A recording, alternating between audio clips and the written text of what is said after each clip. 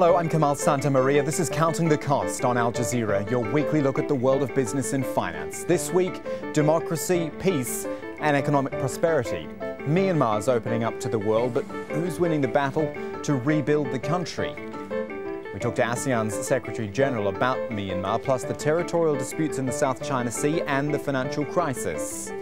And they're on the road to peace in the Philippines. What will be the dividend from peace in the South? We'll also look at Europe a little later in the broadcast, but our first part is all Asia, in particular ASEAN, the Association of Southeast Asian Nations. Probably heard of this, a 10-nation group. Brunei, Cambodia, Indonesia, Laos, Malaysia, Myanmar, the Philippines, Singapore, Thailand and Vietnam. And with that sort of economic firepower, all those countries together, you could say it has the potential to one day challenge the likes of maybe even the European Union. Think about it. Currently, ASEAN is a $2 trillion economy, with a total population of 600 million people. Definitely a long way to go when you consider the size of the European Union economy. That's $16 trillion. But remember, it took China a generation to get to where it is now, the world's second biggest economy. But Southeast Asia is a very fractious region. There's territorial disputes in the oil and gas-rich South China Sea. That's made big headlines recently. But you know, things like corruption, mismanagement, internal conflicts, they've formed big parts of the landscape too. So here's what we've got for you this week for our look around Southeast Asia. An interview with Surin Pitsuwan, who's the Secretary General of ASEAN. Also a look at the possible peace deal in the southern Philippines and the economic impact of that. We'll do that with Philip McNicholas from Fitch Ratings. But we're starting in Myanmar, a state ASEAN members have worked pretty hard to bring in from the cold. The thing is that the rewards right now seem to be heading the way of China and Japan. Tokyo, for example, has already agreed to waive billions of dollars in debt, and is helping Myanmar pay back other loans as well. With more on all of that, Wayne Hay. If all goes to plan, this will be the largest industrial estate in Southeast Asia. Located in southern Myanmar, the Dawei Special Economic Zone will cover more than 200 square kilometres. But the price tag of $50 billion was too much for the Thai developers to find. Enter the Japan and Thai governments, who have arranged loans to rescue a project its supporters say is desperately needed to help Myanmar's economy. Unlike many other nations, Japan didn't impose financial sanctions against the previous military regime. Its past dealings with the important players in Myanmar mean it's well placed to take advantage now that the country is opening up. Japanese is the biggest lender in Myanmar, so of course right now they have a very close relationship with the government. The second one, they want to use Southeast Asia as a base, so they have no choice to invest in Myanmar anyway. Japan is already the largest investor in neighbouring Thailand. The biggest names from car and motorbike manufacturing to electronics have factories here. Those companies are also likely to enter Myanmar on the back of an $18 billion Japanese investment and aid package. A large chunk of that money will go towards building industrial zones.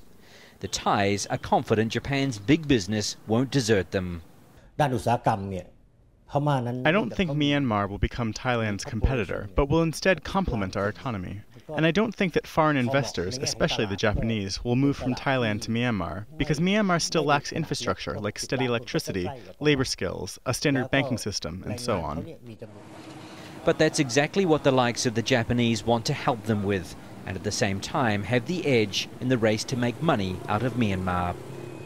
So what does ASEAN think about that? Well, we got the word right from the top when our business editor Abid Ali sat down with the Secretary General of ASEAN, Surin Pitsuwan, on the sidelines of the Inside Investor Forum Asia here in Doha.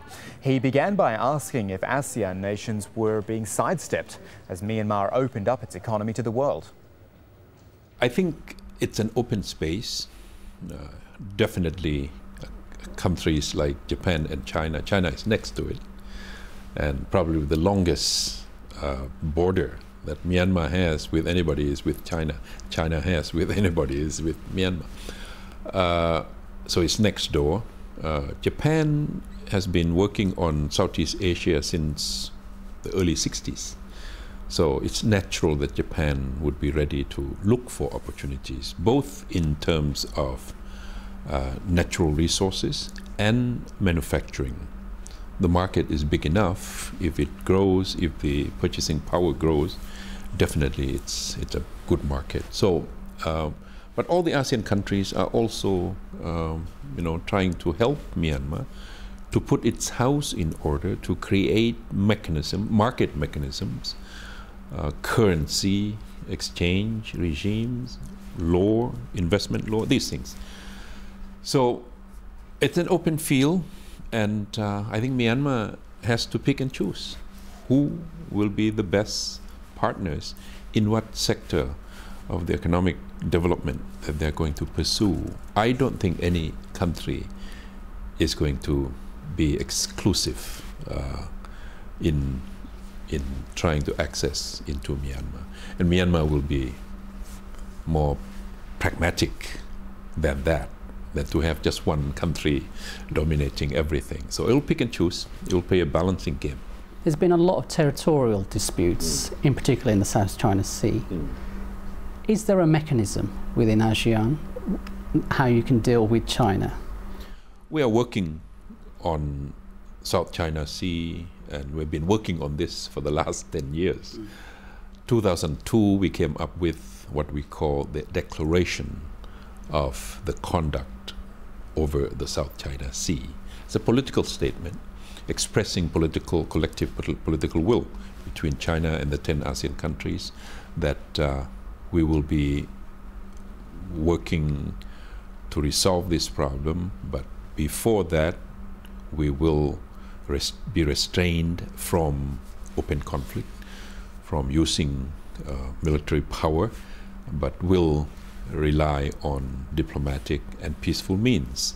Is it truly about territorial, or is it something deeper? Oil? Is that what's at the heart of this? It comes as a package. You can't say that it's just territory, but it's what it stands for. When you have extended territory over the water, whatever underneath, living or non-living resources are also important. The influence of nations like your neighbours, China in particular, in ASEAN has become a real issue. How do you handle those different influences within the group? ASEAN is dialogue partner to Japan, Korea, China, India, Australia, New Zealand. So the whole region is under this umbrella called the Treaty of Amity and Cooperation, TAC, and it binds everyone to work together peacefully on any differences that we may have. So far, dialogue partners have respected the way in which ASEAN handles these differences, balancing. Yeah. So I want to talk about Europe, but I want to start with your own experiences during the Asia financial crisis. You were the foreign minister for Thailand, and I just want to know, what was your conversations like with the IMF and other organisations as you tried to get a grip on that? So we look at the way in which the IMF is behaving in relation to European countries and the American companies and corporations. We look at it and we said, the conversation or the prescription are much different from what you have prescribed to us back in late 90s and early 2000. Now companies and corporations, banks are too big to fail. They cannot be allowed to fail, and you have to spend the money in order to generate, in order to stimulate your economies. Those were not available for us. So we went through it in a very difficult way. But because of that, we came through. By 2003, we were producing, we were growing bigger than 1996, before the crisis.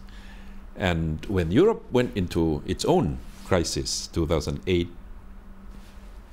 we can't say that we were decoupled, not affected, but we stood rather strongly against any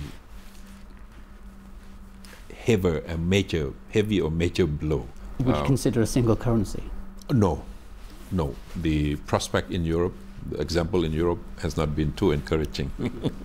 We are not a union, even less of a union than the EU. So the example in the EU, what happened in the EU is that you have monetary union but you don't have the mechanism to really monitor and control each economic performance, economic unit. ASEAN is even less of a union. It's a community. We can't contemplate single currency. Although we have set up something called the contingency fund among ourselves, $240 billion US.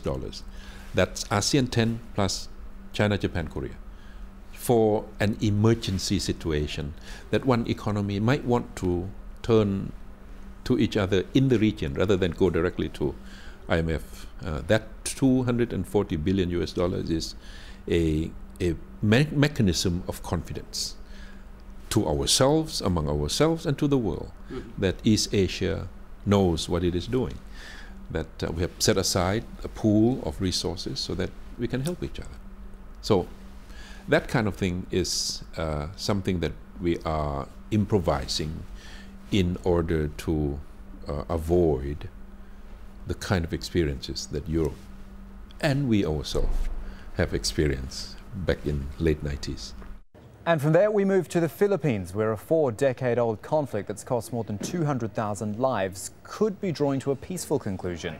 The government and the MILF, the Moro Islamic Liberation Front, have agreed to the creation of a new autonomous region in the south of the country, a place where Muslims have often complained about the lack of growth and investment.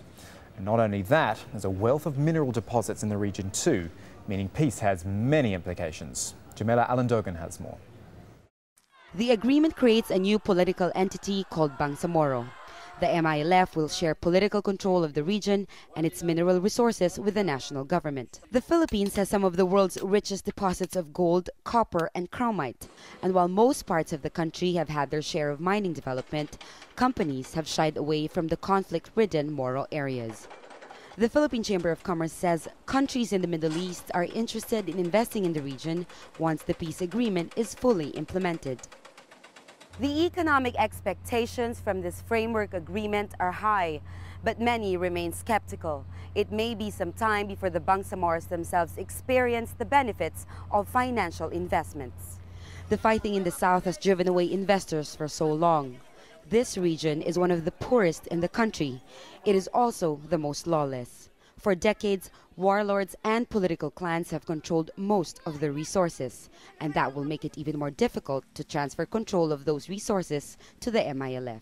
The concentrations of the MILF was fighting against the government, but doing reform in terms of addressing political dynasties, traditional politicians, and warlordism was not, I think, the cup of tea of the MILF in the past. So, with the new agreement, I think the MILF would now have to face this new reality of addressing these internal contradictions. President Aquino insists that there will be a peaceful transition of power and that a just and lasting peace in the south is achievable. But until then, the struggle of the Bangsamoros for their future remains uncertain. So we're going to zero in further on the Philippines now, and to do that we've got Philip McNicholas joining us from Hong Kong. Philip's the director of Fitch Ratings there. So let's talk through, Philip, what's going on in the Philippines at the moment, or perhaps really I should start with, what has been going on in the Philippines. How would you categorize the strength of the economy there up until this point? Well, the Philippines economy at the moment has been undergoing a period of sustained strong domestic demand that's helping to buffer it against a weakened external environment. In particular, you've had a pickup in both private and public consumption expenditures, as well as investment-led growth within that. And that's sort of keeping things going as it stands. And we expect this year the economy will record 5.5% full-year GDP growth. And then carry over that momentum into next year, where we expect 5% GDP growth. So it weathered the whole global economic crisis pretty well then, or at least better than other countries and regions did? Well, it's a much more domestically focused economy, so it was less immediately impacted by the downturn in global trade in 2008, although it did record much more subdued growth in 2008 and 2009. Right now, because of those strong domestic drivers, that is helping to insulate it against, or at least buffer it against, the weakness in the US and the UK and the EU economies. Okay, so that brings us to this point now where we could be looking at a peace deal in the south of the country, certainly the beginnings of it. Two issues there, I guess. One is the vast mineral wealth which is untapped in that region, and I will ask you about that in a moment. First, I just want to look at this, the broader idea that if there is a hint of peace, it's got to be good for just, encouraging business to come back. The violence must have been putting people off until now. Well, for a long time, the investment climate in the Philippines has been a bit of a deterrent for foreign investors. Since the beginning of the Aquino administration, there's been an overt effort to improve the business climate and also just the way of doing business domestically. That's helped feed the domestic confidence that's fueling the investment-led growth at the moment, as well as the idea of peace in Mindanao certainly does have broader implications for the investment environment. In particular, should it be successful, you would potentially be looking at a reduced cost of doing business, particularly in Mindanao, where security considerations would be much less, and also issues over political risks would also decrease. This would obviously have potential to filter through to the rest of the economy and be beneficial even for, say, Luzon or Visayas, by attracting foreign investors that may have been concerned that there could be spillover to those areas. Especially if they get digging into the ground and find exactly what's under there. I mean, what is the extent of this potential mineral wealth there, and what could it do for the Philippines economy if it can really be tapped? Well, I mean, the mining sector is an obvious starting point, given the current focus on commodities in the broader economy. There's estimations of, I believe, somewhere around about 300 billion worth of untapped mineral reserves in Mindanao alone, which is quite a sizable chunk, I'm sure you'll agree. But it's not the only part of Mindanao that can be developed. In particular, the area affected by this 4-decade-old conflict has a GDP per capita of a quarter of the level of the national average, which means there's a lot of potential upside, not just for mining, but for broader economic development. And I'd also point out that any sort of mining project is a multi-year, longer-term project that actually takes a long time to filter through to broader spillovers. Where you'd see more immediate gains is things like improved public infrastructure, just by virtue of, say, roads, and even greater security for people in general. So that's where you'd see the first economic benefits if a peace accord was able to be nailed down. So the mining sector is obviously a big story here, but it's just part of an even bigger story and greater potential for the region and the country as a whole. Yes, so from the way you're describing it, it sounds like there is plenty of opportunity for building, for work, for jobs. Could that actually encourage people to perhaps come back to the Philippines? I'm just thinking, the amount of expats, the amount of Filipinos who come to places, actually like here, the Gulf, to work and then send money back as remittances. Is there any sort of lure, if there is peace in our time, that people would come back? Well, sure, that's always a possibility, but again, that takes time to develop. And you have a lot of Filipinos entering the job market every year, and it is a question as to whether or not the economy as a whole can create suitably skilled jobs for these people. There's always going to be opportunities overseas, but the government's potential to create more innovative, higher skilled jobs that keep those skilled Filipinos in the country, it certainly would be enhanced by this potential accord. Particularly, as I said, if you get foreign investors and even domestic investors more willing to place their money not just in Mindanao but in the country as a whole. All right, Philip McNicholas from Fitch Ratings. Pleasure talking to you. Thanks for joining us on Counting the Cost. And still ahead on Counting the Costs, the oil spill, the oil giant, and exactly who has to clean it all up. More on Shell and the Nigerian farmers a little bit later. Just a quick look at Europe now. We had Angela Merkel making a brief visit to Greece, probably more symbolic than anything else, but the real focus is on Madrid as it inches towards a bailout. Now, the International Monetary Fund expects Spain's economy to shrink a further 1.3% next year. It'll extend the country's recession. And the credit ratings agency Standard & Poor's cut Madrid's rating to near junk levels. But the big issue is still unemployment. And as things like Spanish building projects, for example, close down, workers are now crossing the border to France to look for jobs. Jackie Rowland went to find them and their stories. It's shortly after dawn, and Spanish labourers are heading over the border to spend the day on building sites in France. The traffic is very much one way. On the Spanish side of the border, work has almost dried up.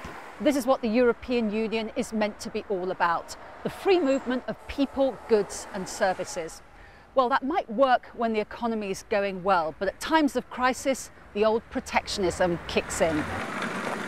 In the French border town of Sayagus, vans with Spanish licence plates are everywhere.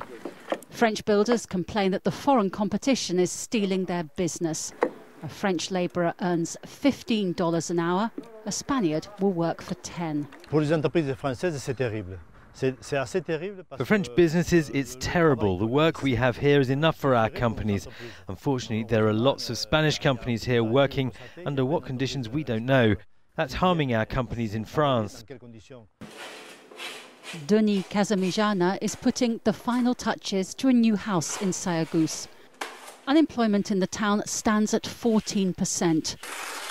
With so much labour coming over from Spain, he says he may have to lay off his French workers. The French state has betrayed us. It's a betrayal, quite simply. We pay charges, we pay taxes, we're hemorrhaging work, and nobody says anything. Ignacio Delgado is a Spanish contractor who's registered on both sides of the border. He's building this house for Spanish clients. He finds it completely normal that Spanish companies should work in France and vice versa. Before, I knew many French people who worked in Spain. Now, of course, construction work there has decreased a lot. So if there is work close to Spain on the French side, then we're obliged to go for it. From the point of view of this border town, it's hard to see the benefits of being in the Eurozone right now. What people here care about is French jobs for French workers. To Africa now, in a classic David and Goliath style battle in Nigeria. It's a group of Nigerian farmers actually taking on the oil giant Shell, which they say caused environmental damage through oil spills in the Niger Delta. Now, they want the company held accountable, they want it to clean it up too, but Shell says it's people stealing oil who are to blame. This from Yvonne Ndege in Nigeria. Nigerian fish farmers taking the Dutch-owned oil giant Shell to court in the Netherlands. They accuse Shell of causing oil spills that have devastated their fish farms and destroyed their livelihoods back home. The case is being heard here and not in Nigeria because Shell has its headquarters here. This is just some of the damage the farmers accuse Shell of causing. They say that broken and poorly maintained pipelines and other infrastructure has caused large quantities of oil to seep into what were once rich fishing waters. They say it's affected millions of people. Getting the case heard in the Netherlands is a historic legal victory for the people of this oil-rich community. They have faced 4 years of legal hurdles to get the Dutch judicial system to investigate Shell for the pollution it's accused of causing abroad. Friends of the Earth, which is representing farmers in court, says Shell must be held accountable for the oil spills. Today, I believe history is being made. Stopping Shell against the atrocity and making them to clean up the disaster, the oil spills and impact they have committed in the Niger Delta over the years, that it is time they own up to their responsibilities. Shell argues that the oil spills are caused when their pipelines and installations are sabotaged to feed the hundreds of illegal oil refineries in the area. We had a case of pollution through sabotage that we went in, that we cleaned up and did what we needed to do. That there is, at this juncture, still pollution in the area, we confirm, we believe that's the case. However, the current pollution is not as a consequence of the initial sabotage, which we remediated. A verdict in the case against Shell in the Netherlands is expected at the end of this year. If the company is found liable, it could be forced to clean up the oil spills and pay compensation to the Nigerian farmers. Yvonne Ndege, Al Jazeera, Abuja, Nigeria. And that is where we'll leave you for this week. If you want to get in touch with the show, though, here's how you do it. Twitter's the easiest way. Either me at Kamal AJE or our business editor at Abid Oliver Ali. Email address is there at the bottom of your screen as well. Counting the cost at aljazeera.net if you don't use Twitter. We've also got aljazeera.com/business. That is where you can link on to the CTC page, and all our episodes are up there in full for you to catch up on whenever you would like. But that is it for this edition of Counting the Cost. I'm Kamal Santamaria from the whole team. Thanks for joining us. The news on Al Jazeera is next.